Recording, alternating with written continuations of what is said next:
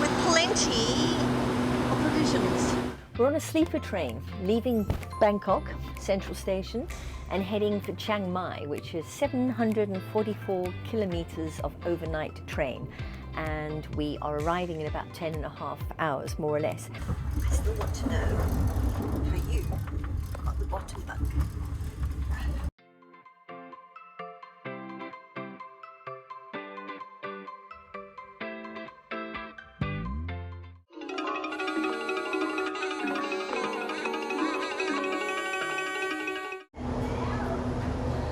A new day, a whole new city. It's raining and grey, but we are now officially in Chiang Mai, having spent the night on the sleeper train.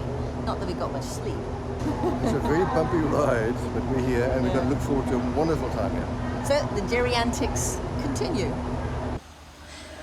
In Chiang Mai, and we just checked in, and I think we lucked out by booking quite a long time ago. We're managing to stay in what has actually come up as a budget hotel. But walking into this beautiful place, the Makachiva, it's exquisite. Doesn't look anything like a budget hotel. Still oohing and ahhing over the room, because now I've spotted the view. Look at that. That is quintessential northern Thailand. I must say, breakfast in the East are very different to what we used to back in Cape Town. They give you like a set menu here in Chiang Mai. A lot of them do it, and Billy's managed to go fairly American. Like a little bit more traditional. They bring you this huge bowl of salad for breakfast. Resist, Vili, resist. You do not have to whack every gong that you see in Thailand.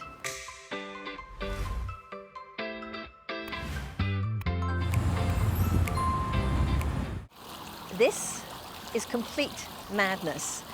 Right up in the northwestern corner of what is the old town part of Chiang Mai, which we've been wandering around, we found Versailles. We have walked past Wat and temples and retreats and shrines, and it's all in keeping. And then we arrived here and we thought, goodness me, this was literally Jack's Folly. Apparently it was built some years ago by an estate agent magnate called Tycoon Jack. And he was buying up and selling properties in northern Thailand, fell on bad times, and because of the bad alleged feng shui of the northwestern corner, so tradition has it, things went from bad to worse. And he landed up being taken to court and sued, and there were all sorts of tragic sort of tales linked up with his name to do with murder and mystery and mayhem. Whatever the truth is about mad Tycoon Jack, it is now the Ping Doi Hualan Boutique Hotel Complex as of 2017. It's exquisite. It's filled with mirrors, gold fountains, and proper Versailles kind of elements and tribute in the middle of Chiang Mai.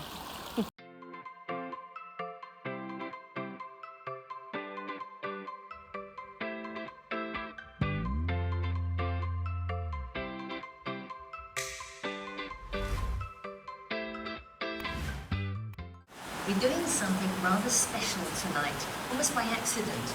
We heard about the tunnels, the secret tunnels that were part of a Wat called Wat Umang. You probably can't hear my voice properly over the sound of pouring rain outside. It is absolutely gushing down. But deep underground in these tunnels, we followed them, and at the end of every tunnel, there was a different Buddha. Apparently a very sacred place. Many, many years ago, the founding king of Chiang Mai built all these tunnels where his favorite monk sort of resided. And apparently he had a tendency to wander around. So rather than have him go off into the bush for days, they put him in here. And then he would wander around all the tunnels to his heart's content. And now it's a very spiritual and very special place to visit.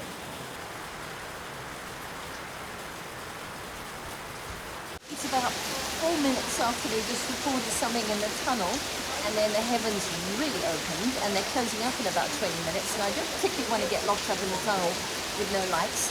And it is absolutely pouring, so here we are, drowned rats, trying to get a taxi that will actually take us away from here in our waits of this day. Because we are in the middle of the forest, in the middle of nowhere at the moment. We are in the middle of the forest, middle of nowhere.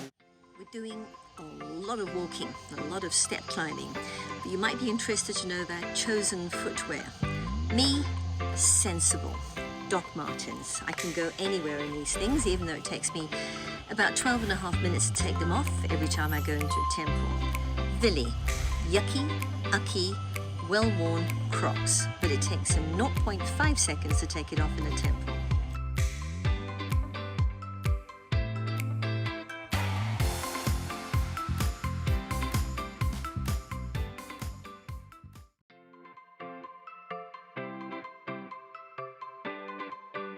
We're taking to the hills.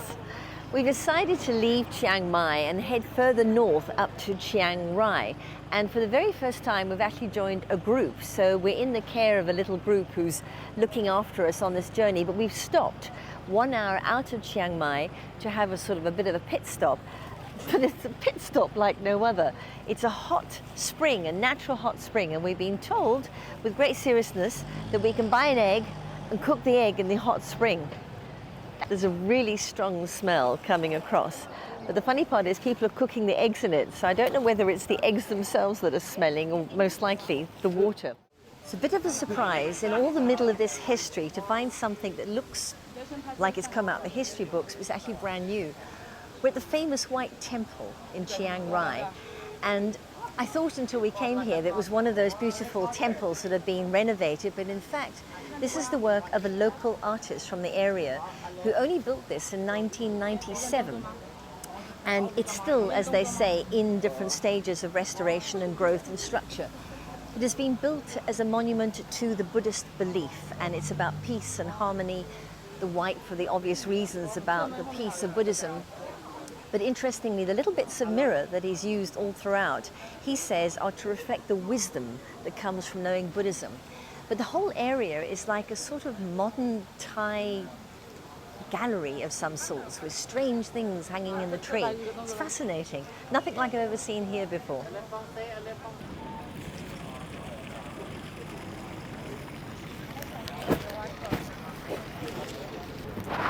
The more you walk through this temple, the more you are in awe of the man who created it. It's one man, a local Chiang Rai artist who's used his own money to build this from scratch and create it. And it is, the detail is absolutely incredible. And it's clearly very revered. You can tell by the people coming here to visit it. And just by the way, I've never seen such strict dress code. There's actually police running around with whistles, and some of the ladies are wearing scarves. And if the shoulder peeks out of the scarf, the police run after them and say, cover your shoulder. Very strict. We're at the temple itself, shoes in hand, as always, because not allowed in. You're not allowed to take a camera inside, so we're very sneakily standing right in front of the door so that Villi can cruise up closer and reach over my shoulder to take the Buddha.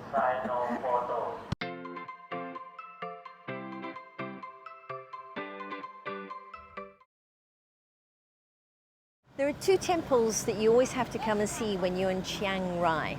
One is the White Temple, and the other one is this one behind me, which is the Blue Temple. Now, it looks old. It looks like it's been there for thousands of years, actually, but unlike a lot of the temples we saw in, say, Bangkok, this one isn't. It's new. It was built in the late 1990s, so it's even younger than the White Temple. Why blue? Because blue is associated with paradise.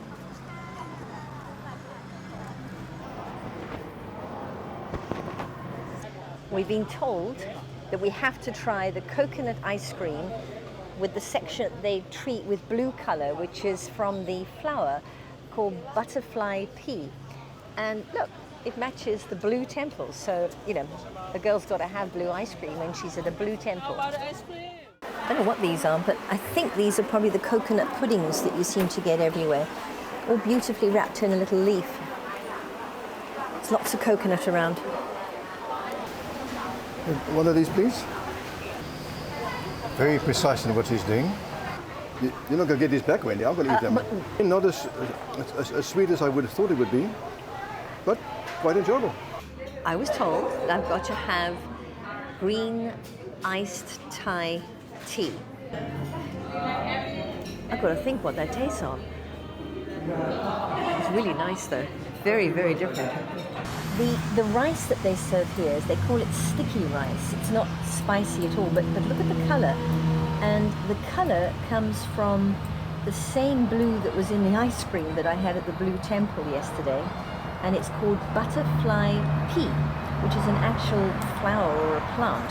And they use it to color all sorts of things in this northern part, there it is again, of Thailand. Isn't that beautiful? So we have ourselves the ubiquitous chicken lunch with a sauce that we've been warned is a Thai sauce with quite a bit of heat. That is served alongside a papaya salad, and they've used that same butterfly pea flower for decoration, which we've been told is edible. It's worth showing you the drinks. This is a lemon tea, honey lemon tea. But it's an oolong tea, which they seem to serve a lot. So it doesn't taste anything like the kind of lemon teas we get back in South Africa. And I developed a taste for the iced Thai tea. And you get them without the milk, but I was warned by Zakia beforehand to try the milk version. It's got almost like a malty undertaste behind it, but it's absolutely delicious. And it varies in color. Mine's quite brown today. Highly recommend it.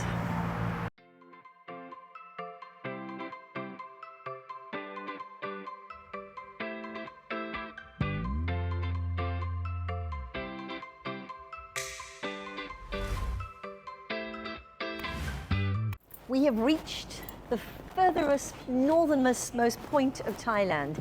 This district is called Mae Sai, and it literally is the border between Thailand and Myanmar. And behind me is what they call the Friendship Bridge. Sort of between the two countries, there are two friendship bridges, and this one, they only opened earlier on in this year to try and re-establish all the trade relationships between Myanmar and Thailand. So there's a lot of free flow of traffic and of human beings. Behind me, the blue building, is the immigration center for people going across from Thailand, Mae Sai, which is where we're standing right now, through to Myanmar on the other side. And you can see the traffic jam behind me as people go through with their paperwork. On a local note, the temperature showing up there is 24.8, which is positively freezing in comparison to what we've been with since we left South Africa. We've gone all the way from 48 degrees in Dubai down to a modest 34 degrees in Thailand mainly. So for once, our faces are not falling off and dripping down our kneecaps.